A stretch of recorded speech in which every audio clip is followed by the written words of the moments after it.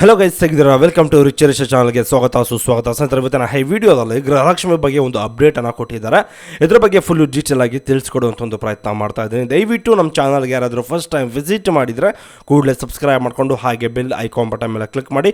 ಅದೇ ರೀತಿ ನಮ್ಮ ವಿಡಿಯೋ ನಿಮ್ಗೆ ಇಷ್ಟ ಆಗಿದ್ದರೆ ಕೂಡಲೇ ಲೈಕ್ ಮಾಡಿ ಸ್ನೇಹಿತರೆ. ಅದೇ ರೀತಿ ಏನಾದರೂ ಡೌಟ್ಸ್ಗಳಿದ್ರೆ ಕೂಡಲೇ ಕಮೆಂಟ್ ಮಾಡಿದ್ರೆ ಅದಕ್ಕೆ ನಾನು ರಿಪ್ಲೈ ಕೊಡುವಂಥ ಒಂದು ಪ್ರಯತ್ನ ಮಾಡ್ತೀನಿ. ಯಾರೂ ಸಹ ಮಿಸ್ ಮಾಡ್ಕೊಳ್ಬೇಡಿ. ಒಂದು ಗೃಹಲಕ್ಷ್ಮಿ ಬಗ್ಗೆ, ಒಂದು ಹಣದ ಬಗ್ಗೆ, ಒಂದು 11ನೇ ಕಂತಿನ ಬಗ್ಗೆ ಒಂದು ಅಪ್ಡೇಟನ್ನು ಕೊಟ್ಟಿದ್ದಾರೆ. ಇದರ ಬಗ್ಗೆ ಫುಲ್ ಡೀಟೇಲ್ ಆಗಿ ಈ ವಿಡಿಯೋದಲ್ಲಿ ತಿಳಿಸ್ಕೊಡ್ತಾ ಹೋಗ್ತೀನಿ. ಯಾರೂ ಸಹ ಮಿಸ್ ಮಾಡ್ಕೋಬೇಡಿ. ಅದೇ ರೀತಿ ನಿಮ್ಮ ಫ್ಯಾಮಿಲಿ ಮತ್ತು ನಿಮ್ಮ ಫ್ರೆಂಡ್ಸ್ಗೂ ಸಹ ಶೇರ್ ಮಾಡಿ. ಇದುವರೆಗೂ 10ನೇ ಕಂತಿನ ಹಣ ಏನಕ್ಕೋಸ್ಕರ ಬಂದಿಲ್ಲ, ಅದೇ ರೀತಿ 11ನೇ ಕಂತಿನ ಹಣ ಯಾವಾಗಿಂದ ಜಮಾ ಆಗ್ತಿದೆ, ಅದೇ ರೀತಿ 8, 9, 10 ಈ 3 ಕಂತು ಹಣ ಇನ್ನೂ ಬಂದಿಲ್ಲ ಅಂದರೆ ನೀವೆಲ್ಲ ಏನು ಮಾಡಬೇಕು, ಇದ್ರ ಬಗ್ಗೆ ಫುಲ್ ಡೀಟೇಲ್ ಆಗಿ ಈ ವಿಡಿಯೋದಲ್ಲಿ ತಿಳಿಸ್ತಾ ಹೋಗ್ತೀನಿ. ಯಾರೂ ಸಹ ಮಿಸ್ ಮಾಡ್ಕೊಳ್ಬೇಡಿ. ಅರ್ಥ ಆಯ್ತಾ?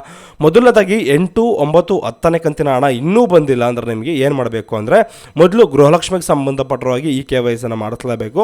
ಯಾಕೆಂದ್ರೆ ನೀವೇನಾದರೂ ಈ KYC ಮಾಡಿಸ್ಕೊಂಡಿಲ್ಲ ಅಂದರೆ ಪ್ರಾಬ್ಲಮ್ಸ್ಗಳು ಆಗಬಹುದು. ಅರ್ಥ ಆಯ್ತಾ? ಕೆಲವೊಂದು ಸರಿ ಗೃಹಲಕ್ಷ್ಮಿ ಹಣ ಪೆಂಡಿಂಗ್ ಆಗಬಹುದು, ಇನ್ನು ಒಂದು ಜಾಮ್ ಆಗುವಂಥ ಒಂದು ಸಾಧ್ಯತೆಗಳಿರ್ತದೆ.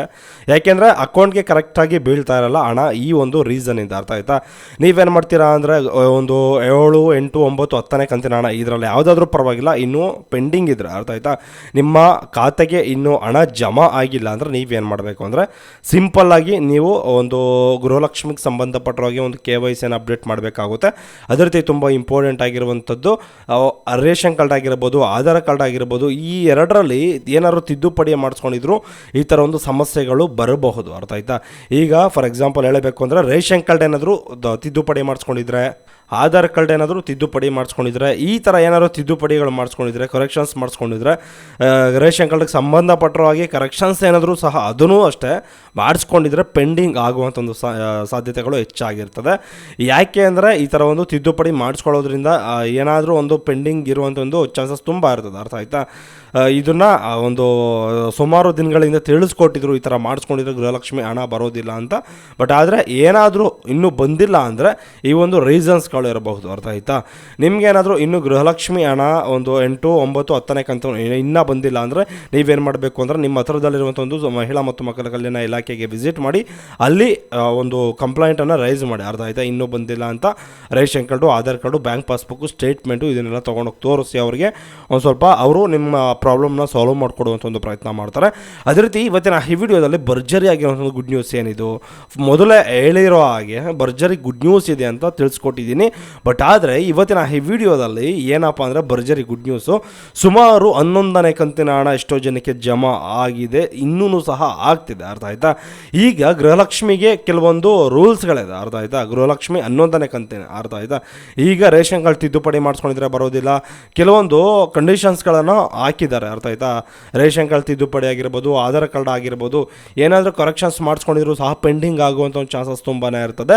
ಅದೇ ರೀತಿ ತುಂಬ ಇಂಪಾರ್ಟೆಂಟ್ ಆಗಿರುವಂಥದ್ದು ಗೃಹಲಕ್ಷ್ಮಿಗೆ ಈ KYC ಮಾಡಿಸ್ಬೇಕು. ಅರ್ಥ ಆಯ್ತಾ? ಈಗ ನಾನು ಏನೆಲ್ಲ ಒಂದು ಪಾಯಿಂಟ್ಸ್ಗಳನ್ನ ಹೇಳಿದ್ದೀನೋ ಇದಕ್ಕೂ ಸಹ ಅಪ್ಲೈ ಆಗುತ್ತೆ. ಇದನ್ನು ದಯವಿಟ್ಟು ಅರ್ಥ ಮಾಡ್ಕೊಳ್ಳಿ.